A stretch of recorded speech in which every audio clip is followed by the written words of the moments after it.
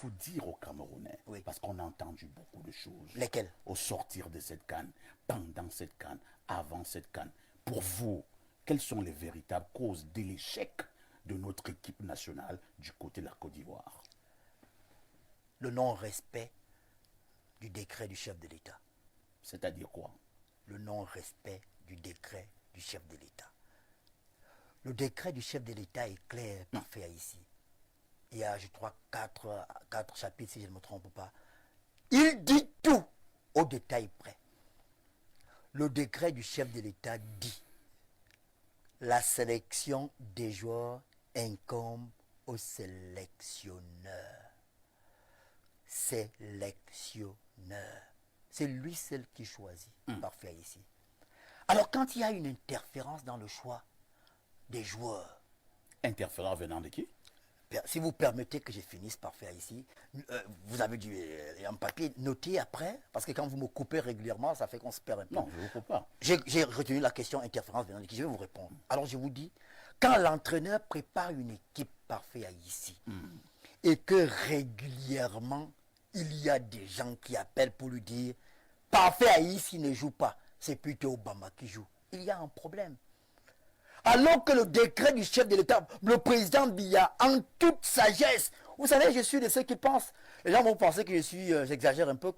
Le président, la sagesse du président Biya, elle est peut-être divine. Pour moi, c'est un démiurge parce que chaque fois qu'il a pris un acte fort, le temps lui a toujours donné raison. Et le président Biya a pensé que l'équipe nationale est tellement précieuse pour nous, pour les Camerounais, comme lui-même il l'a réitéré pendant son discours. C'est pour ça qu'il a pris un acte fort.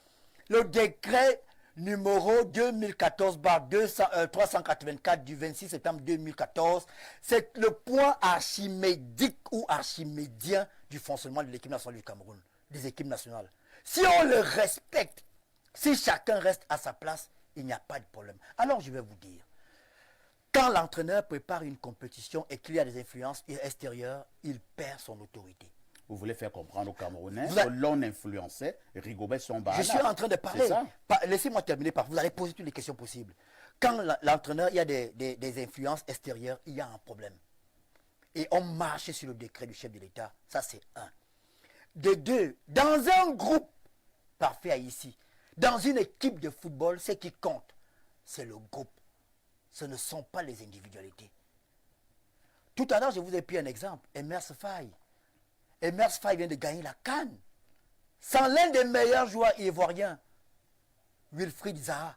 Vous savez pourquoi Zaha a été écarté par M. Gasset? Parce que Zaha estime qu'il ne peut pas dormir avec quelqu'un d'autre dans sa chambre. Il a parlé, dit, quand il dort avec quelqu'un, son coéquipier ronfle toute la nuit, il ne peut pas dormir. Parfois, il va aux toilettes et qu'aux toilettes, les odeurs ne sont pas, c'est pas le lait ou le miel. C'est pas gentil, ça. C'est ce qu'il a dit. Et l'entraîneur a estimé que... Et puis, on l'a convoqué, il a dit qu'il souhaitait arriver après. L'entraîneur a estimé qu'il n'a pas besoin de lui et qu'il peut être un problème pour son groupe. Il a écarté. La Côte d'Ivoire est bien championne d'Afrique. Laissez-moi poursuivre par faire ici. Ernest Obama. Je vais répondre à votre question. Permettez. Rigobert Song-Bahana subissait je vais y arriver. J'en viens. Je vais y arriver parfait ici. Je vais vous prendre d'abord quelques illustrations pour comprendre pourquoi le groupe est important. J'ai pris l'exemple de la Côte d'Ivoire. Aimé Jacquet, en 2016, a écarté Eric Cantona à l'Euro. Le meilleur joueur français de l'époque. 2 ans après, à la Coupe du Monde 98, il l'a encore écarté. Pourquoi? Il dit, pour mon groupe, je n'ai pas besoin d'Aimé Jacquet. En 2017, parfait ici, vous et moi, nous étions collègues dans une autre chaîne. Vous savez que ce soit vous ou moi, personne n'aurait mis un copec pour une victoire du Cameroun à la CAN. Au Gabon. Au Gabon. Mais l'entraîneur Hugo Bross, vous savez ce qu'il a fait? Non. Il a mis un point d'honneur sur la discipline et le groupe. Il y a eu de nombreuses défections, mais en dehors de cela, quelques cadres qui se sont montrés un tout petit peu indisciplinés ont passé la compétition sur le banc de touche. Je parle notamment d'Aboubacar Vincent, notre capitaine, et de Nicolas Nkoulou, qui ont permis au Cameroun de gagner après. Mais comme on a donné, il y a eu des tentatives d'interférence pendant la CAN 2017. Le coach Hugo Bross a dit, s'il y a encore interférence, il s'en va en pleine compétition. On l'a laissé travailler, on lui a fait confiance et il a gagné la compétition. Je vais vous dire, parfait ici, en groupe, le groupe est au-dessus des individualités.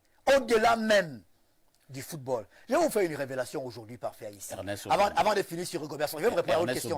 Je nos oreilles sont toujours pressées de savoir qui influençait Rigaud au niveau de ses choix. Quand un entraîneur fait sa mise en place oui. et qu'il dit que tel ou tel joueur, il sait déjà qui va jouer, qu'on l'appelle pour indiquer que tel joueur doit appeler. Vous êtes journaliste et vous allez faire vos investigations. Non, moi je ne suis pas dans la tanière. Mais parfait, je ne vais pas faire votre travail. Vous êtes journaliste. Je vous ai déjà donné. Moi je ne suis pas dans le staff technique. J'ai donné déjà. Je vous ai donné une piste à vous de creuser maintenant. Je continue. Si vous me laissez parler, vous allez peut-être avoir plus d'indications. Quand l'entraîneur a déjà fait ses choix et que vous bousculez ces choix-là, vous tuez l'autorité de l'entraîneur. Il n'est plus respecté par les joueurs. Et quand un joueur dit à certains coéquipiers qu'il va jouer parce que l'entraîneur va recevoir un coup de fil, l'entraîneur perd son autorité. Et le groupe devient une sorte de capharnaüm.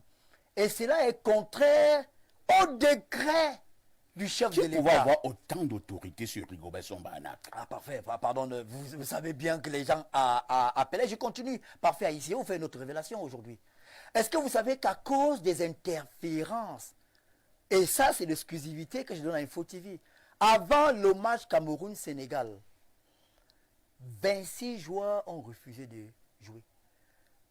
Parce qu'ils ont su qu'on a imposé un joueur. 26. Ils ont dit qu'ils ne veulent plus jouer. Vous voulez parler de quel joueur qui a été imposé? Parce qu'on a imposé un joueur. Alors, vous demandez... On a imposé quel joueur? Alors, vous demandez, parfait, ici... on vous connaît courageux. Vous demandez... Ce n'est pas une question de courage, c'est une question, je pense que... Là, on fait dans les devinettes. On ne peut pas tout dire. Je vous donne les pistes. Et je veux que les Camerounais sachent ce qui s'est passé. Vous comprenez, parfait, ici. Que jusqu'à la dernière minute, certains joueurs étaient contre. Et ceux qui connaissent l'équipe, certains... Ou bien ceux qui sont autour de l'équipe peuvent vous dire, vous rencontrez certains, enquêtez, ils vous diront que les joueurs avant le match, le Cameroun-Sénégal n'étaient pas bien parce qu'ils ne voulaient pas jouer, parce qu'ils étaient contre le fait qu'on impose un joueur. Alors on ne peut pas piétiner le décret du chef de l'État. Donc c'est le non-respect du décret du chef de l'État. Le décret du chef de l'État. Je continue. Le décret du chef de l'État définit les compétences. Et je continue. Oui. Vous savez, le président de la République a choisi un bon ministre des Sports, qui est un enseignant chevronné, d'une intelligence pétillante.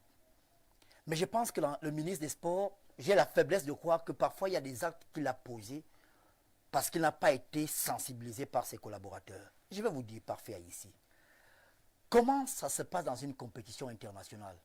La séance d'entraînement d'avant-match a une durée précise.